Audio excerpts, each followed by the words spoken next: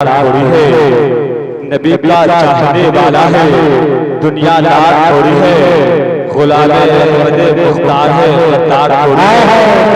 नबी का चाहने वाला है, दुनियादार थोड़ी है, गुलामे अहमद मुख्तार है, गद्दार थोड़ी है।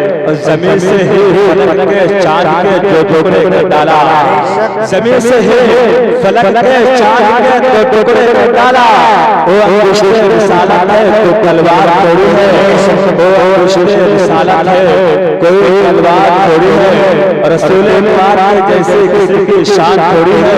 मियां आते तभी कहना इतना आसान थोड़ी है। नबी के नाम लेवा है, नबी पर जान दे देंगे। नबी के नाम से बढ़कर हमारी नाम थोड़ी है। नबी से नबी की जान से बढ़कर हमारी जान थोड़ी है। हजरात, अब आइए आप लोगों के सामने हिंदुस्तान का पेश किया जाए। इनकी खिलाफत मशवरा हिंदुस्तान में है। इसे मेरी मुराद आबरू सुफियत नाशिर मसलक आला हजरत अल्लामा मौलाना मुफ्ती क़ुतबुद्दीन साहब क़िबला से है। लेकिन इन जुमलों के साथ कि गुलामे हजरत शफीर है, हल्के में मत लीजिए। गुलामे हजरत शफीर है, हल्के में मत लीजिए। ये बातिल के लिए शमशीर है, हल्के में मत लीजिए। गुलामे हजरत शफीर है, हल्के में मत लीजिए। ये बातिल के लिए शमशीर है, हल्के में मत लीजिए।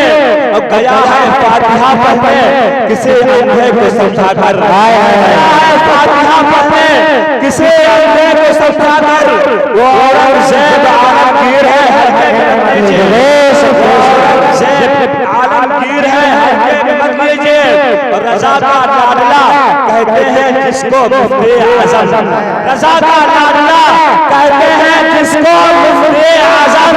वो मेरे गौस की तस्वीर है, हल्के में मत लीजिए। वो मेरे गौस की तस्वीर है, हल्के में मत लीजिए।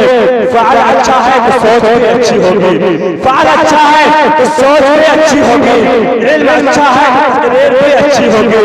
और मैंने खुद को मदीने में टहल के देखा, ख्वाब अच्छा है तो ताबीर भी अच्छी होगी। आइए एक मरतबा ज़ोरदार नारा लगा जाए, नारे तकबीर, नारे तकबीर, नारे रिसालत, या रसूल अल्लाह, आला हज़रत जिंदाबाद, आला हज़रत जिंदाबाद, क़िबला जिंदाबाद, तकबीर, नारे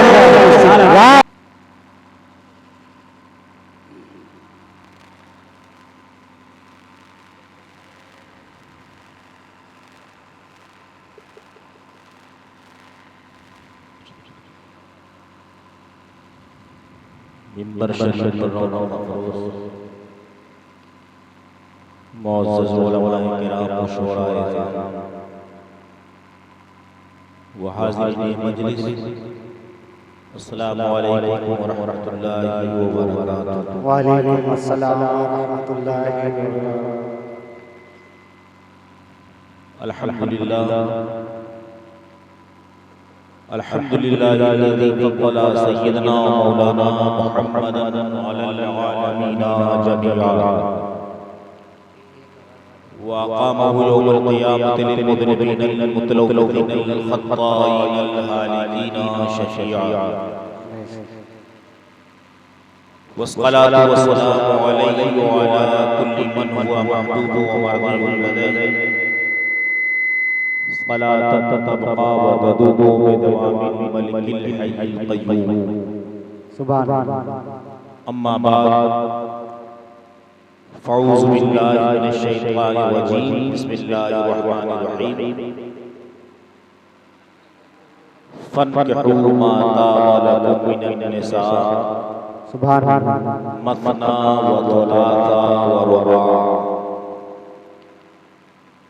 सदक़ल्लाहु मौलाना अज़ीम व बल्लगना रसूलुहुन नबियुल अमीनुल मतीनुल करीमुर रऊफ़ुर रहीम।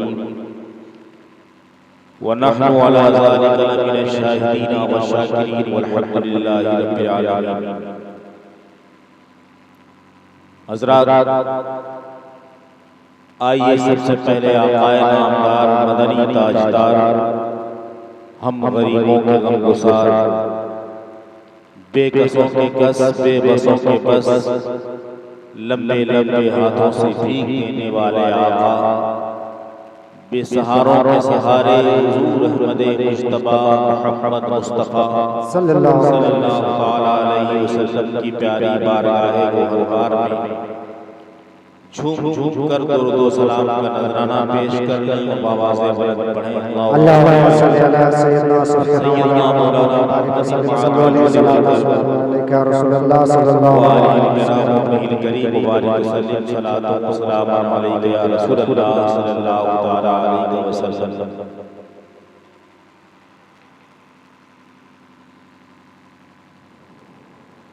काबिल मुबारकबाद हो हज़रात जिन्होंने शादी के मौके पर जश्न ईद मिलादुन्नबी का इनेकाद किया।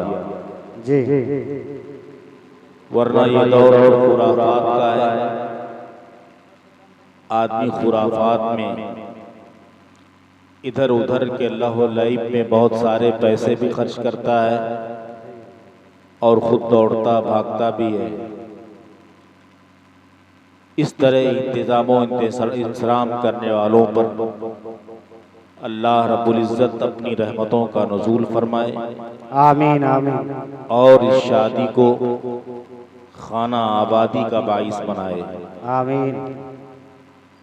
हज़रात, हम अहले सुन्नत वल जमात का यह तरीक़ा है कि जब हमें कोई गम, कोई तकलीफ़, कोई मुसीबत पहुँचती है तब भी हम जश्न ईद मिलादुन्नबी का इनेकाद करते हैं। जी किसी का इंतकाले पुरमलाल हो जाए, कोई हादसा रूनुमा हो जाए, कहीं नुकसान हो जाए, तब भी हम अल्लाह के रसूल की महफिल, उनके ज़िक्र की महफिल का इनेकाद करते हैं। जी जी सुभान। और जब हमें कोई खुशी मैसर होती है, शादी का मौका हो, दौलत में इजाफा हो जाए, ज़मीन की खरीदारी हो, आदमी गाड़ी घोड़ा लेकर आए, तब भी हम जश्न ईद मिलादुन्नबी का इनेकाद करते हैं। उसकी वजह यह है कि जब हमें कोई गम, कोई तकलीफ, कोई मुसीबत पहुंचती है तो हम मुसलमानाने अहले सुन्नत का ये अकीदा है कि इस गम को दूर करने वाली ज़ात प्यारे नबी सरकार मुस्तफ़ा सल्लल्लाहु ताला अलैहि वसल्लम ही की है। सुभान। उनके ज़िक्र से, उनके ज़िक्र की महफिल से, उनके ज़िक्र के जश्न से ये हमारी तकलीफ़ें दूर हो जाएंगी। हमारे रंज का मुदावा करने वाली ज़ात रसूल पाक ही की ज़ात है। और जब हमें कोई खुशी पहुँचती है, जब हमें कोई आसानी फराहम होती है, तब भी हमारा ये अकीदा है कि इस खुशी का सरचश्मा, ये खुशी देने वाले, खुशी का सबब सरकार मुस्तफ़ा सल्लल्लाहु ताला अलैहि वसल्लम ही की ज़ात है। इसलिए हर मुसलमान को शादी के मौके पर ज़रूर जश्न ईद मिलादुन्नबी का इनेकाद करना चाहिए। मैं ये नहीं कहता कि बहुत बड़ा जलसा हो, बहुत बड़ा पंडाल लगा दिया जाए, बहुत सारे खुतबा व शोरा हो, कम ही तादाद में हो, आपकी इस्तिताअत के मुताबिक हो, लेकिन खुशी को दोबाला करने के लिए ज़रूर जश्न ईद मिलादुन्नबी का इनेकाद करना चाहिए। हर सुन्नी मुसलमान को इस पर अल्लाह ताला अमल करने की तौफीक अता फरमाए। आमीन आमीन। हज़रात, सरकार आला हज़रत अज़ीमुल बरकत मुजद्दिद दीन व मिल्लत ने हम सबको अपनी नातिया शायरी में भी बहुत सारी अच्छी चीज़ों की तरफ रहनुमाई फरमाकर जगाया है और बहुत सारे मसाइल की तरफ तवज्जो दिलाई है। जैसे फतावा और किताबों की शक्ल में उनकी तहरीरात हमारे लिए मशअल राह हैं और इस दौर के मुफ्तियाने कराम के लिए भी मंबए हिदायत हैं, लोग उससे सीखते हैं। इसी तरह उनकी नातिया शायरी भी बारगाह रिसालत में मकबूल है और हम मुसलमानाने अहले सुन्नत के ईमान को ताज़गी बख्शती है और हमें नसीहत अता फरमाती है। कौन ऐसा मुसलमान है जो ये नहीं चाहता कि हम दीदारे मुस्तफ़ा सल्लल्लाहु ताला अलैहि वसल्लम से मुशर्रफ हो जाएं। हर किसी की ख्वाहिश होती है कि हम उस प्यारे नबी के चेहरे अनवर की ज़ियारत से मुशर्रफ हों जिस नबी का हम कलमा पढ़ते हैं, जिस नबी की बारगाह में सैयदुल मलाइका जिब्रील अमीन को भी आने के लिए इजाज़त दरकार हुआ करती थी, जिस नबी की मुलाकात का शौक अल्लाह रब्बुल इज़्ज़त को था और अल्लाह रब्बुल इज़्ज़त ने अपने पास अपने कुर्बे ख़ास बुलाकर जिस नबी से मुलाकात की और बहुत सारी नेमतों से और बहुत सारी बुलंदियों से नवाजा। सरकार आला हजरत उसी नबी अकरम नूर मुजस्सम सल्लल्लाहु ताला अलैहि वसल्लम के सरापा, उनके जिस्म अतहर, उनके जिस्म मुनव्वर का नक्शा खींचते हुए हम मुसलमानों को मुतवज्जे करते हैं कि मुसलमानान, तुम गुम्बदे खजरा पे पहुंचकर मचल उठते हो कि इसमें हमारे नबी मौजूद हैं। उनकी तस्वीरें देखकर तुम खुशी से बाग बाग हो जाते हो कि इसमें मेरे नबी की कब्र है, उनका जिस्म अतहर मौजूद है। तुम और तुम्हारा जहन ये फैसला करता है कि नबी माज़अल्लाह हमारी ही तरह रहे होंगे। सुनते यही हो कि हाथ भी हमारी ही तरह उनका था, कदमे मुबारक भी हमारी तरह दिखते थे, चलते फिरते भी हमारी तरह थे, उठते बैठते भी इंसान की तरह थे, खाते पीते भी इंसान की तरह थे, सोते जागते भी इंसान की तरह थे। लेकिन ये सारी चीज़ें इंसानों की तालीम और उनकी तरबियत के लिए था कि अगर नबी खाते पीते नहीं तो इंसानों को खाना पीना कैसे आता, नबी चलते नहीं तो इंसान चलना कैसे सीखता, नबी बैठते नहीं तो इंसान बैठना कैसे सीखता, नबी बहुत सारे आमाल अगर बजा नहीं लाते तो इंसान उन आमाल के ऊपर कैसे अमल करता। ये ज़ाहिरी शक्ल सूरत भी जो इंसानों की तरबियत, उनके इस्लाह, उनकी नसीहत के लिए थी। अगर उनकी हकीकत को देखना चाहते हो, अगर नबी की जिस्म अतहर का मुशाहदा करना चाहते हो तो सरकार आला हजरत कहते हैं सरताब कदम है तने सुल्ताने ज़मन, सरताब कदम है तने सुल्ताने ज़मन, फूल लब फूल दहन फूल ज़क़न फूल बदन फूल। सुभान अल्लाह। सर से लेकर पैर तक उस जमाने के बादशाह का पूरा बदन फूल ही फूल है, लबहाए नाज फूल है, आपके बदन का हर एक हिस्सा फूल है, दाढ़ी मुबारक फूल है, बदन का हर एक जुज़ फूल है, मेरे नबी के बदन का हर एक हिस्सा फूल ही फूल है। अब जहन में सवाल पैदा होता है कि हम नबी अकरम नूर मुजस्सम सल्लल्लाहु ताला अलैहि वसल्लम को तो इख्तियार वाला नबी समझते हैं, गैबदा नबी समझते हैं, ताकतवर नबी समझते हैं, और हम ये जानते हैं कि उन्हीं के सदक़े में सारी कायनात बनाई गई है। अगर उनकी ज़ात न होती तो अल्लाह रब्बुल इज़्ज़त कायनात का एक ज़र्रे को वजूद न बख्शता, पैदा न करता। लेकिन सरकार आला हजरत ने नबी अकरम नूर मुजस्सम को फूल कहा है।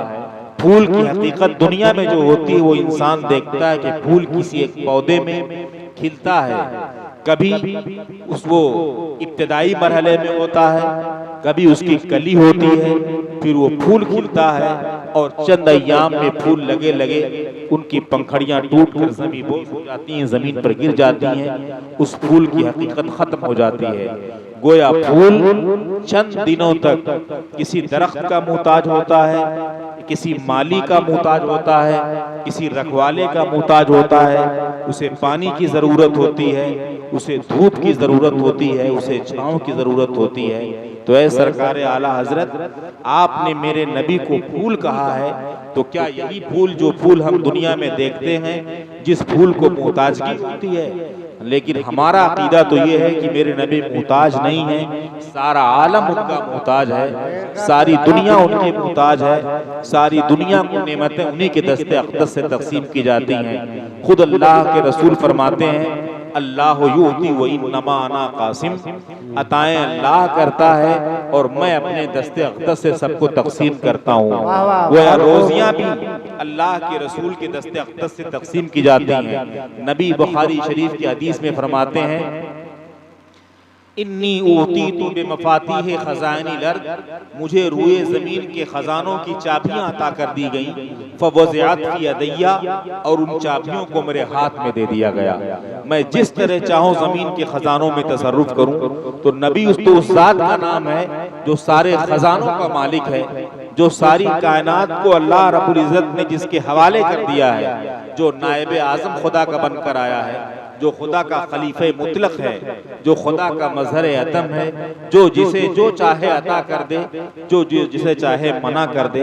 अल्लाह खुद इरशाद फरमाता है, मा अताकुमुर रसूलु फखुज़ू व मा नहाकुम अन्हु फंतहू।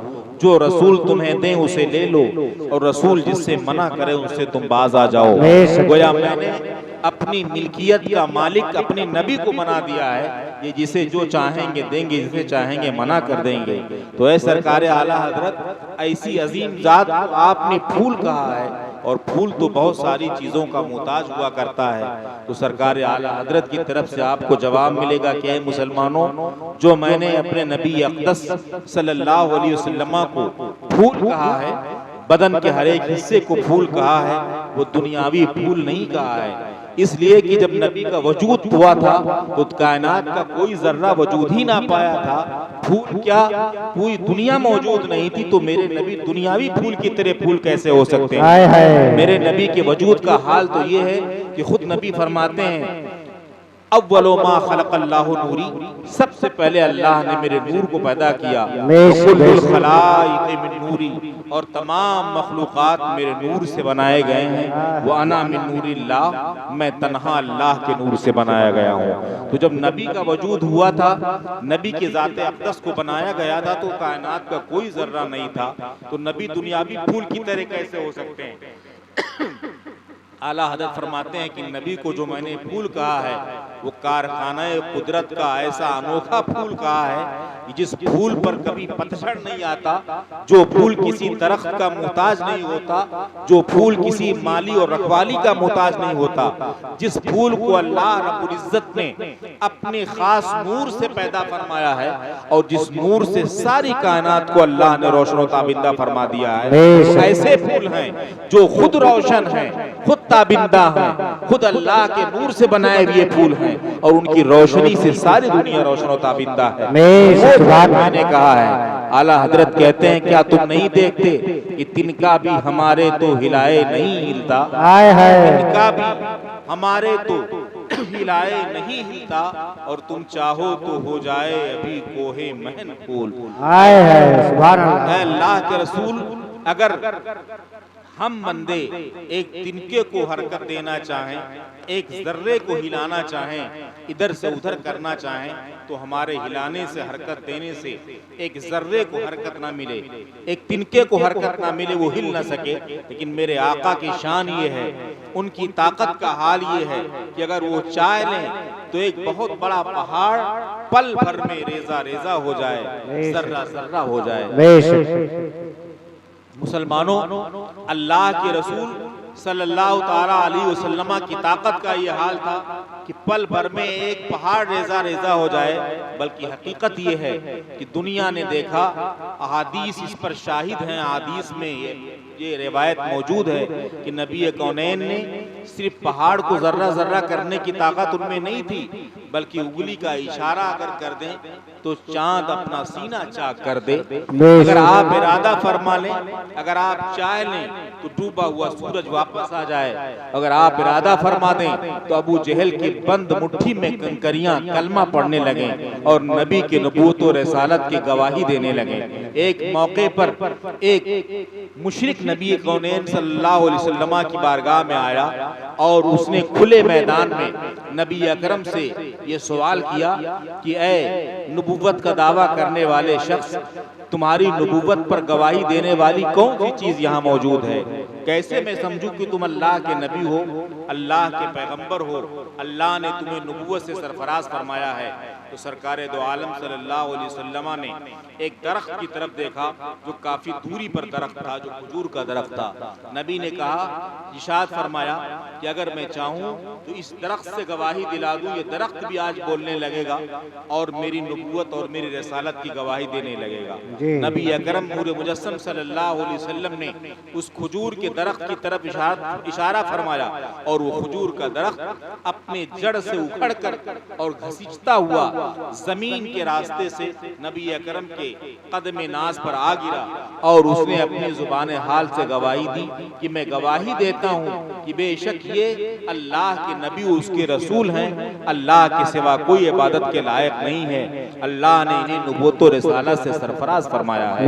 मुसलमानों, वो अछूता नबी, वो प्यारा नबी जिस नबी को अल्लाह रब्बुल इज्जत ने तमाम नबियों का सरदार बनाकर भेजा था, जिनको तमाम नबियों का इमाम बनाकर भेजा था, जिस जात से बढ़कर खुदा के अलावा दुनिया में कोई जात मौजूद नहीं है। आला हजरत फरमाते हैं, खल्क से औलिया, औलिया से रसूल, खल्क से औलिया, औलिया से रसूल और रसूलों से आला हमारा नबी। बेशक सुभान अल्लाह। से बुलंद औलिया की जमात होती है और औलिया से बढ़कर रसूलों की जमात होती है और रसूलों से बढ़कर मेरे आका की ज़ाते बबरकात मौजूद है। मेरे आका रसूलों के भी इमाम हैं, नबियों के भी इमाम हैं, पूरी दुनिया के इमाम हैं।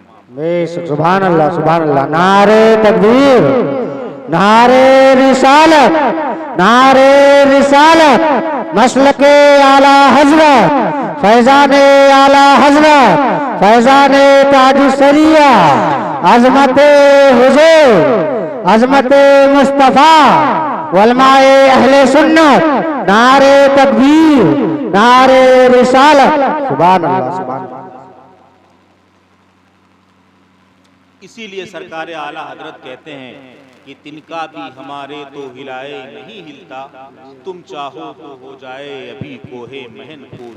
फिर आला हजरत नबी की एकताई, नबी की बुलंदी, नबी की आजमत का जिक्र करते हुए यूं गुनगुनाने लगते हैं कि मुसलमानों, वल्लाह जो मिल जाए मेरे गुल का पसीना, वल्लाह जो मिल जाए मेरे गुल का पसीना, मांगे न कभी इत्र न फिर चाहे दुल्हन। खुदा की अगर मेरे गुल नबी अकरम सल्लल्लाहु अलैहि वसल्लम का पसीने मुबारका किसी को मिल जाए तो दुल्हन न किसी फूल की तमन्ना करेगी, न किसी खुशबू की तमन्ना करेगी।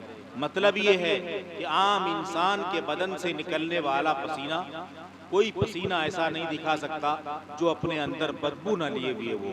इंसान के गोश्त से जायद चीज बनकर पसीने की शक्ल में बाहर आने वाली चीज होती है, उसे पसीना कहा जाता है और उसमें बदबू हुआ करती है। बल्कि हद ये है कि कुछ इंसानों के पसीनों में इतनी बदबू होती है, उनके बदन, उनके गोश्त के एतबार से, कि वो खुद अपने पसीने की बदबू को बर्दाश्त नहीं कर पाते। आदमी पसीने की बदबू को दूर करने के लिए कभी इत्र का इस्तेमाल करता है, कभी गुस्ल का सहारा लेता है, कभी कपड़े तब्दील करता है, कभी कुछ करता है, कभी कुछ करता है। लेकिन कुर्बान जाओ नबी अकरम नूर मुजस्सम सल्लल्लाहु अलैहि वसल्लम की ज़ाते बबरकात पर कि मेरे नबी के मुबारक से जो पसीने मुबारक निकलता था वो अपने अंदर इतनी खुशबू लिए होता था, इतनी खुशबू लिए होता था तो दुनिया के किसी इत्रदान के अंदर खुशबू नहीं मिल सकती, जो दुनिया के किसी शय में खुशबू नहीं मिल सकती, वो खुशबू नबी के पसीने मुबारका में हुआ करती थी। इसीलिए नबी पाक सल्लल्लाहु अलैहि वसल्लम के दौरे मुबारक में पसीने को कुछ लोग महफूज कर लिया करते थे। आज आदमी पसीना धुलता है, इधर उधर करता है, और नबी पाक के पसीने को कुछ औरतें, कुछ सहाबियात, कुछ सहाबी अपने शीशी में महफूज कर लिया करते थे और उसे इत्र की जगह पर इस्तेमाल किया करते थे। नबी के घराने अक़दस में आपकी बीवी हज़रत अस्मा रज़ियल्लाहु ताला अन्हा जो उम्महातुल मोमिनीन में से हैं, वो भी एक शीशी में नबी कौनैन सल्लल्लाहु अलैहि वसल्लम के पसीने मुबारका को महफूज कर लिया करती थी। मदीने तैयबा का ये वाक़या है कि मदीने तैयबा में एक औरत के यहाँ उसके बच्ची की शादी हो रही थी। वो अपनी बच्ची को दुल्हन बना रही थी। जाहिर सी बात है, जब किसी के यहाँ बच्चियों की शादी होती है तो घर वाले अखराजात इकट्ठा करते हैं, ज़रूरियात के सामान इकट्ठा करते हैं और शादी की तैयारी करते हैं। जहेज देना होता है, लोगों को खाने खिलाने होते हैं और बहुत सारी ज़रूरियात का इंतज़ाम करना पड़ता है। मदीना तैयबा की वो औरत अपने घर का इंतज़ाम कर रही है कि चंद दिनों बाद मेरे बच्ची को मेरे घर से विदा होना है और मेरी बच्ची का निकाह होना है। जब कुछ दिन रह जाते हैं तो वो औरत नबी कौनैन सल्लल्लाहु अलैहि वसल्लम के काशाने अक़दस पर आकर हाजिर होती है।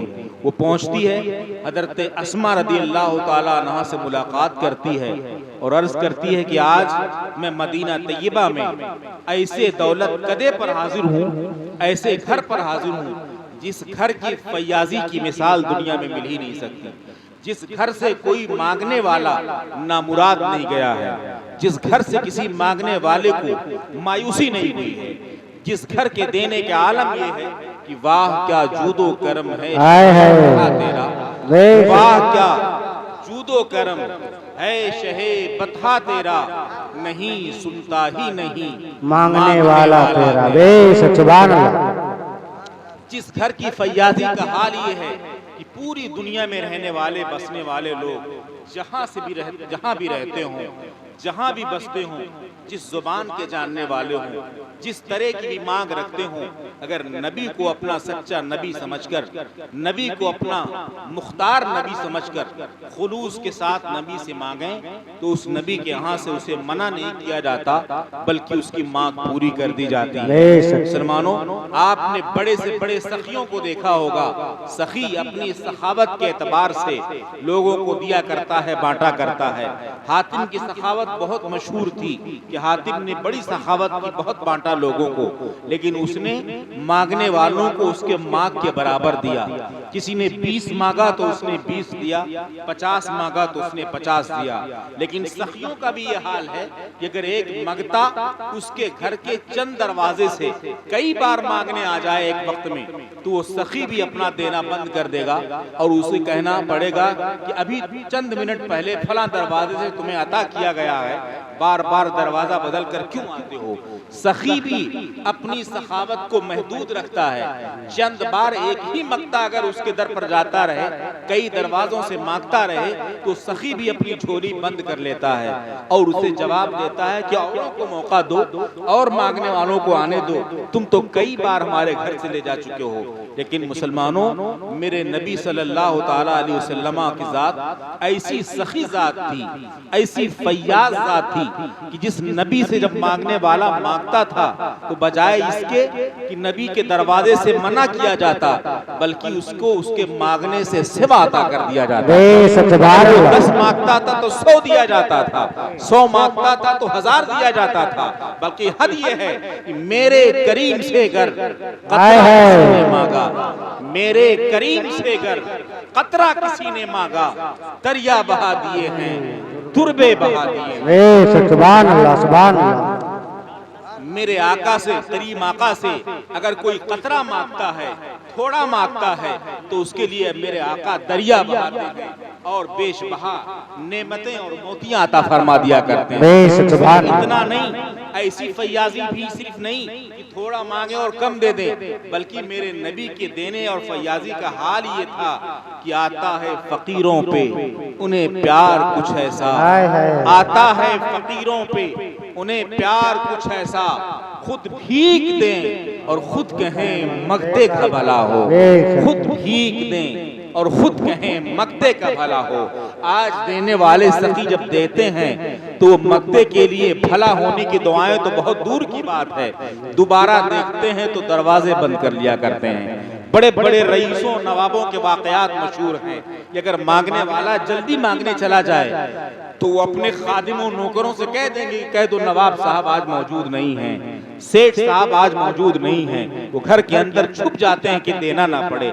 लेकिन मेरे नबी के देने का हाल ये है कि मांगने वालों पर उन्हें प्यार आता है, उन्हें अच्छा लगता है और उसकी भलाई की दुआएं करते हैं। वो मांगने वाली औरत मदीना तैयबा की रसूल कौनैन की बारगाह अक़दस में दौलत अक़दस पर हाजिर होती है और हज़रत अस्मा से कहती है, मैं ऐसे फैयाज घर में आई हूँ जिसके फैज़ और रहमत से पूरी दुनिया पल रही है।